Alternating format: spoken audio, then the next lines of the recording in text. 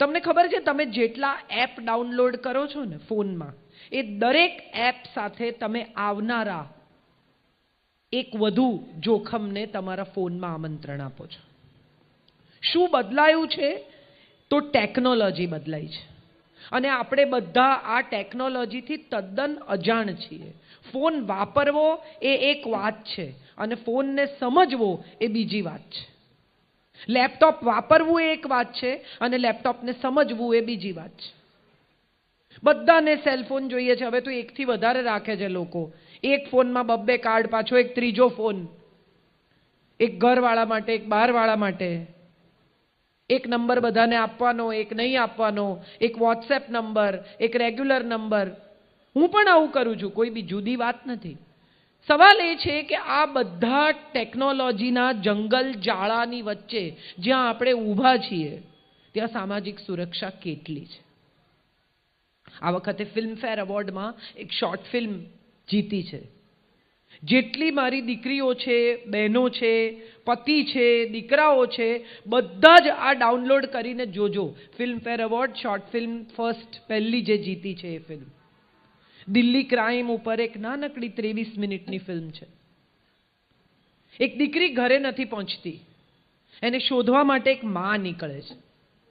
ટ્યુશનમાં જાય છે, ટ્યુશનમાંથી બેનપણીને ત્યાં જાય છે, બેનપણીને ત્યાં નથી આવી અને માં ત્યાંથી ચાલતી ચાલતી જાય છે. એક ગાડી આવે છે, 40 વર્ષની આજુબાજુની માને ઉઠાવે છે, એનો રેપ થાય છે, એને રસ્તામાં ફેંકી દે છે અને મા ઉપર દીકરીનો ફોન આવે છે કે મારો ફોન બંધ થઈ ગયેલો, હું એક બર્થડે પાર્ટીમાં ગયેલી, તું ક્યાં છે મમ્મી?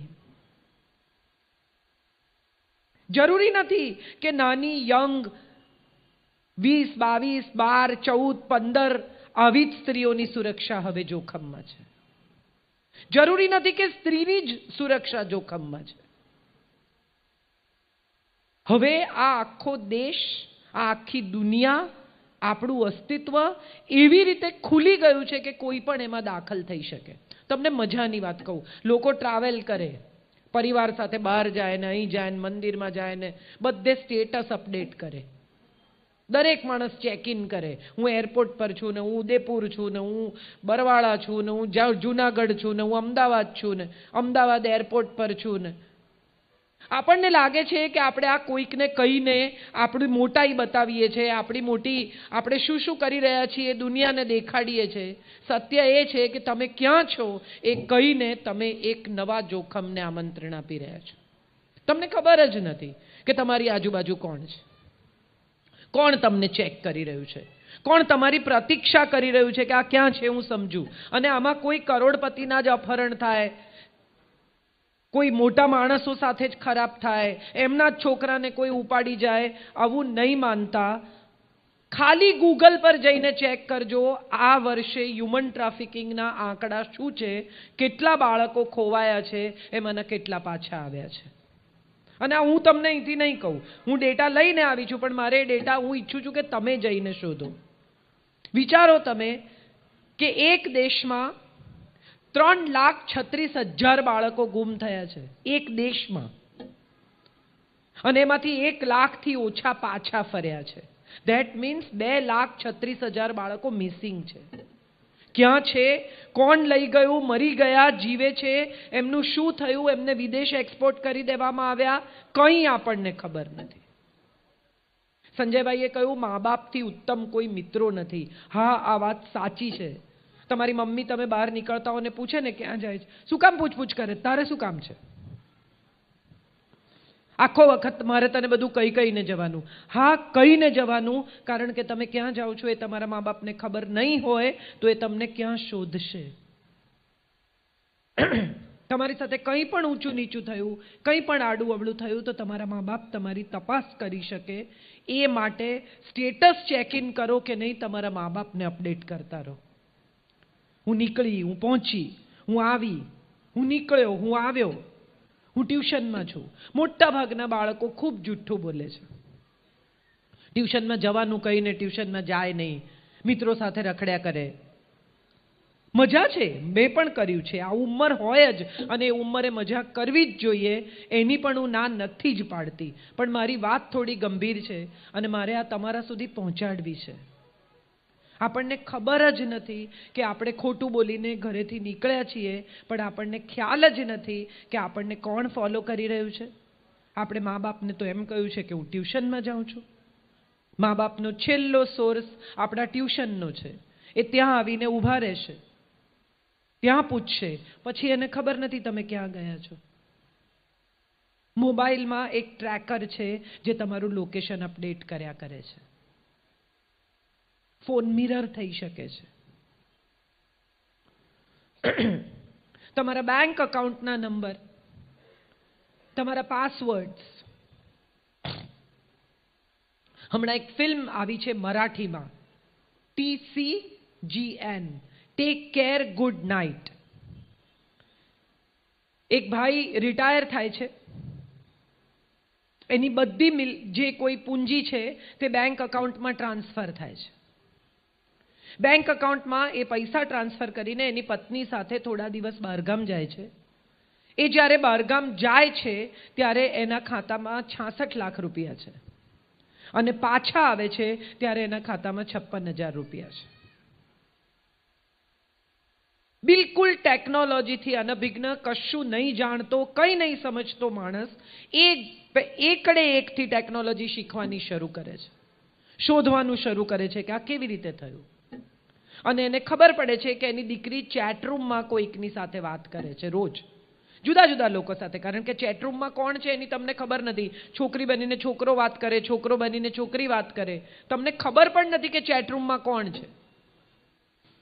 અને આ ચેટરૂમમાં વાત કરતી છોકરી વાતમાં પેલા છોકરાને એમ કહે છે કે મેં મારી મમ્મીનું નામ મારા પપ્પાના પાસવર્ડમાં નાખ્યું છે, શ્રીદેવી, પણ SHRI ને બદલે હું EE લખું છું. મેં પપ્પાને 25 વાર કહ્યું તો એ પાસવર્ડ ભૂલી જાય છે.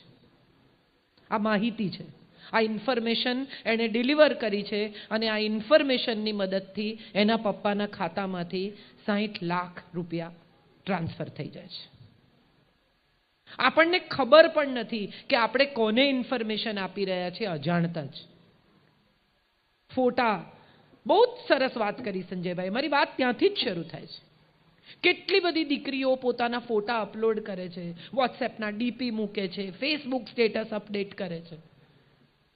હમણાં થોડાક જ દિવસ પહેલા મારી ઓફિસમાં એક પરિવાર આવ્યો હતો. એની દીકરીના એન્ગેજમેન્ટ કર્યા, અરેન્જ મેરેજ, મા બાપે નક્કી કરેલા લગ્ન. દીકરીને દિવાળીમાં એને ઘરે મોકલી, પહેલી વાર સાસરે એન્ગેજમેન્ટ થયા પછી. દીકરી ત્યાં 2 દિવસ રહી, પાછી આવી અને પછી થોડાક જ દિવસમાં દીકરી એટલી બધી ડરેલી રહે, માને કહે નહીં ક્યાં જાય છે, જ્યાં કહીને ગઈ હોય ત્યાં મળે નહીં. માને એમ કે કોઈ બોયફ્રેન્ડ છે. મારે મમ્મીઓને પણ કહેવું છે કે તમારા સંતાનને એટલું બધું ડરાવો નહીં કે તમારી સાથે વાત કરતા પણ ડરે, તમને સત્ય કહેતા પણ અચકાય. એને તમારો એટલો ભય ન લાગવો જોઈએ. કે મા બાપ ઉત્તમ મિત્રો છે, સંજયભાઈએ કહ્યું, પણ સત્ય એ છે કે મા બાપ પોતે જ મિત્ર બનવા તૈયાર નથી. મા બાપને લાગે છે કે કડપ બતાવવો જોઈએ, દબાણમાં રાખવા જોઈએ, કંટ્રોલમાં રાખવા જોઈએ. દીકરી માને કહે નહીં શું થયું, કોઈને ઘરમાં કહે નહીં શું થયું. એક દિવસ એની બહેનપણીએ આવીને માને કહ્યું કે છોકરાએ ઘરમાં કોઈ નહોતું જ્યારે એના સાસરે, ત્યારે દીકરી સાથે શારીરિક સંબંધ બાંધ્યો, એનો વિડીયો ઉતાર્યો અને હવે એને ડરાવે છે કે આ વિડીયો હું અપલોડ કરી દઈશ, તું મારા મિત્રોની સાથે પણ શારીરિક સંબંધ બાંધ. ઓફિશિયલી એન્ગેજ કરેલી મા બાપે શોધેલો છોકરો. અને આ સત્ય ઘટના છે. થોડાક જ દિવસ પહેલા મારા ઓફિસમાં આવીને કહી ગયેલા લોકો. અમે સાયબર ક્રાઇમની ફરિયાદ કરી, તરત પગલાં લેવાયા. મારે બધી દીકરીઓને કહેવું છે કે ફરિયાદ કરતા ડરતા નહીં. આજે જ ફિલ્મ રિલીઝ થઈ છે છપાક. સંજયભાઈએ એસિડ એટેકની વાત કરી, મારી નહીં તો કોઈની નહીં. વાત સાચી છે, પણ એસિડ એટેકથી, રેપથી, મોલેસ્ટેશનથી ડરીને ક્યાં સુધી રહેવાનું?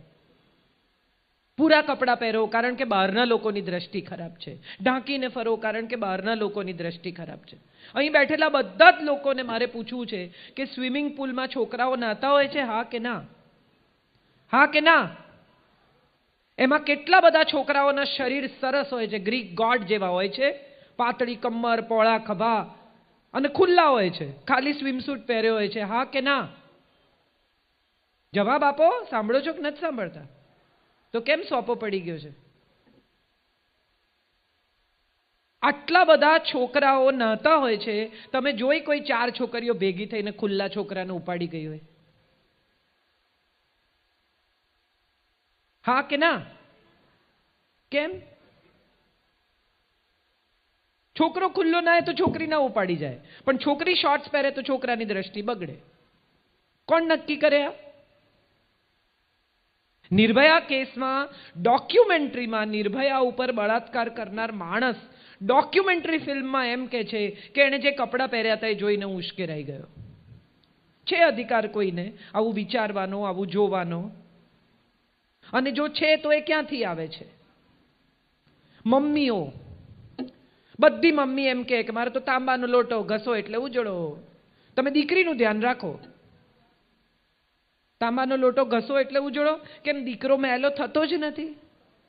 એ ખોટું કરે, એ કોઈની સાથે મજાક કરે, એ રસ્તાના કિનારે ઊભો રહીને આવતી જતી છોકરીઓની મોલેસ્ટેશન કરે, અમુક રીતે એની ગંદી મશ્કરી કરે તો કંઈ વાંધો નહીં. છોકરીઓ ઊભી રહે છે ગલીને નાકે ક્યાંય, એ જોઈ કોઈ? દીકરીએ નીચું માથું કરીને સીધા ઘરે આવવાનું. કેમ? નિશાળેથી નીસરી જવું પાસરું ઘેર. તું આડી અવળી જઈશ તો પછી લોકો પછી હું ના જાણું. કેમ? એને આડાઅવળા નહીં જવાનું, દીકરાને આડાઅવળા જવાનો અધિકાર છે. આવું આપણા સમાજે નક્કી કર્યું છે અને એમાં મમ્મીઓએ સહી કરી છે. હું અહીં બેઠેલી બધી મમ્મીઓને કહું છું કે દીકરીને તો દીકરાની જેમ મોટી કરો કે ન કરો, દીકરાને દીકરીની જેમ મોટો કરો.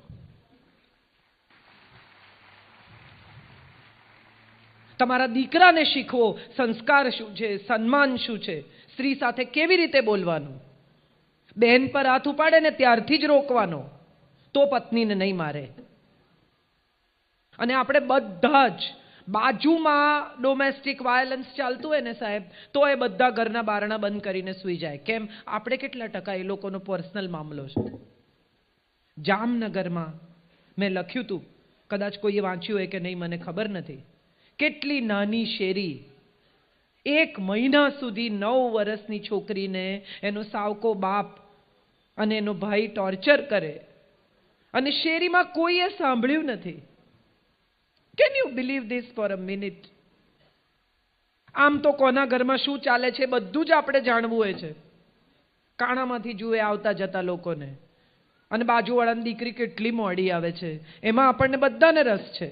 પણ આવું થતું હોય તો કોઈ પડવા નથી માંગતું. કેમ કે પોલીસના લફડામાં કોણ પડે? આપણે બધા ધીરે ધીરે સામાજિક રીતે બહેરા થઈ ગયા છે, મૂંગા થઈ ગયા છે, આંધળા થઈ ગયા છે.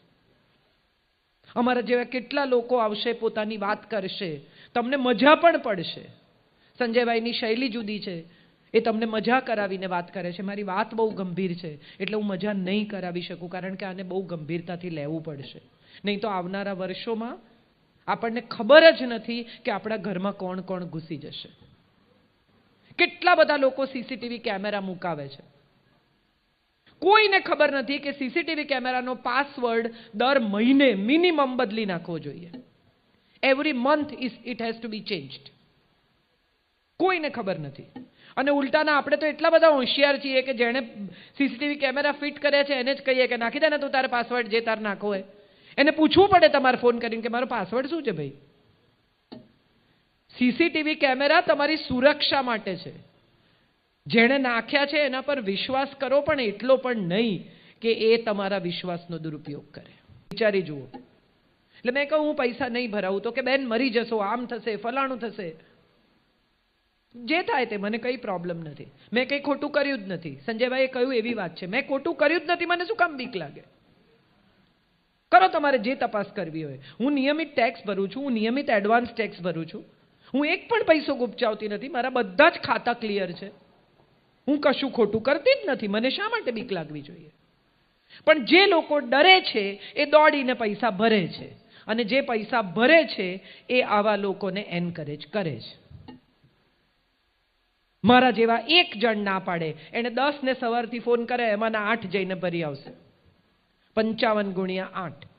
એક ફોન કરવાથી જો 55,000 રૂપિયા મળતા હોય તો મારે એ કરવા છે. અહીંયા આવીને બોલું શું કામ? ઘેર બેસીને 8 ફોન ના કરું? કેટલા લોકો પ્રવાસ કરે છે, ફેમિલી સાથે બહાર જાય, હોલિડે પર જાય. આપણે બધા શું કરીએ? હિમાલય ઘેર ગયો, પાઉટ કરીને ફોટા પાડવાના, ફેસબુક પર અપલોડ કરવાના, અને લાઈકનો વાડકી વ્યવહાર. તમે મને લાઈક આપશો તો હું તમને આપીશ, નહીં તો નહીં આપો. જોઈ લેવાનું. લોકોને હવે તો લાઈક નથી વધતા તો ડિપ્રેશન આવે છે કે મારી તો 56 માંથી 52 લાઈક થઈ ગઈ, અને મારી બહેનપણીને 56 માંથી 80 થઈ ગઈ. એવું તો એણે શું કર્યું? પેલી આમ એક ખભો ખોલીને ફોટો પાડ્યો હોય. બધાને ફેમસ થવું છે, એક જણને ફેમસ થવું છે. અને ફેમસ થવા માટે શું થઈ શકે એ બધા હથગંડા અપનાવવા છે. કોઈ પોપ્યુલર વ્યક્તિ વિરુદ્ધ ખરાબ લખો, પછી જો મજા. દરેક માણસ તમારા ફેસબુક પર આવીને કમેન્ટ કરે ને ઝઘડા કરે ને તમે ઝઘડા કરો ને એ ઝઘડા કરે ને કોક શેર કરે એટલે તમે તરત પોપ્યુલર ને 1000 લોકો તમારે ત્યાં વધી જાય. ફાયદો શું આ બધાનો? ફેમસ થઈને શું ફાયદો? અમિતાભ બચ્ચન રોજ એક ટ્વીટ કરે છે, અને રોજ એટલી સેન્સિબલ ટ્વીટ કરે છે કે મારા જેવા લોકો પણ એને ફોલો કરે છે. બકવાસ બીજા કેટલાય કરે છે. ટિકટોક નામની એક સાઇટ છે, મેં અહીંયા આવતા પહેલા બધું બહુ તપાસ કરી છે. એ ટિકટોક ઉપર એટલો બકવાસ લોકો ભરે જ જાય છે. ફિલ્મના સીન ને ફલાણું ને મારા અવાજમાં કેટલાય લોકો કરે છે, ને સંજયભાઈના ને જય વસાવડાના બધાના અવાજમાં હું બોલતી હોઉં એવી રીતે બોલે ને. ફાયદો શું ફાયદો એ મારે સમજવું છે. પોપ્યુલર થઈને શું મળશે? ખોટી પબ્લિસિટી. આ દેશમાં એક પણ માણસ એવો નહીં હોય કે જે દાઉદ ઇબ્રાહિમને નહીં ઓળખતો હોય, પણ એનો ફાયદો શું? તમારે દાઉદ ઇબ્રાહિમ થવું છે? પોપ્યુલર થઈને ક્યાં પહોંચવું છે એ તમારે નક્કી કરવાનું છે. ખભો ખોલીને આજે તો તમે ફોટો પડાવશો ને 100 લાઈક વધી બી જશે, પછી શું? એ ફોટાનો કોણ ક્યાં કેવો ઉપયોગ કરશે એની આપણને ખબર નથી. તમે આજે હમણાં ઘરે જઈને ગૂગલ પર સર્ચ કરજો અભિનેત્રીઓની નગ્ન તસવીરો. મોટા ભાગની ફિલ્મ એક્ટ્રેસીસના ફોટા, એમના ફેસ બીજા શરીર પર ફિટ કરીને કેટલી બધી પોર્ન તસવીરો ફરે છે, ને લોકો એન્જોય પણ કરે છે. સામાજિક સુરક્ષા એટલે માત્ર રેપ ન થાય, છોકરી રાત્રે મોડી સમયસર ઘેર આવે, સેફ આવે, તમારા બેંક અકાઉન્ટ સેફ રહે, તમારા પૈસા કોઈ ચોરી ન જાય, વૃદ્ધો પર કોઈ હુમલા ન થાય, દીકરાઓ બાળકો સ્કૂલેથી સેફ પાછા આવે. આને તમે સામાજિક સુરક્ષા કહો છો? ના, હું એને સામાજિક સુરક્ષા કહું છું કે જે દેશમાં હેલ્ધી માઇન્ડ્સ ગ્રો થાય, સ્વસ્થ મન, સ્વસ્થ મગજ. ગંદકી તમારી ભીતર ધીરે ધીરે એવી જમા થવા લાગી છે, મારી ભીતર પણ થતી હશે. ઇન્ફોર્મેશનનો મારો. તમે વિચાર કરો, પાણી પીવાથી સારું થાય ને નહીં પીવાથી સારું થાય, કેળા ખાવાથી સારું થાય ને મોટાપા ઘટાવો, આવું તમે લખો તો તમને 100 સજેશન આવશે. જીરું ને ફલાણું મિક્સ કરીને અળસી ને ફાકો, વજન ઉતરી જશે. એ ફાક્યા પછી રોજ એક વડાપાઉં ખાવું, જોઉં તો ખરી કેવું ઉતરે છે વજન.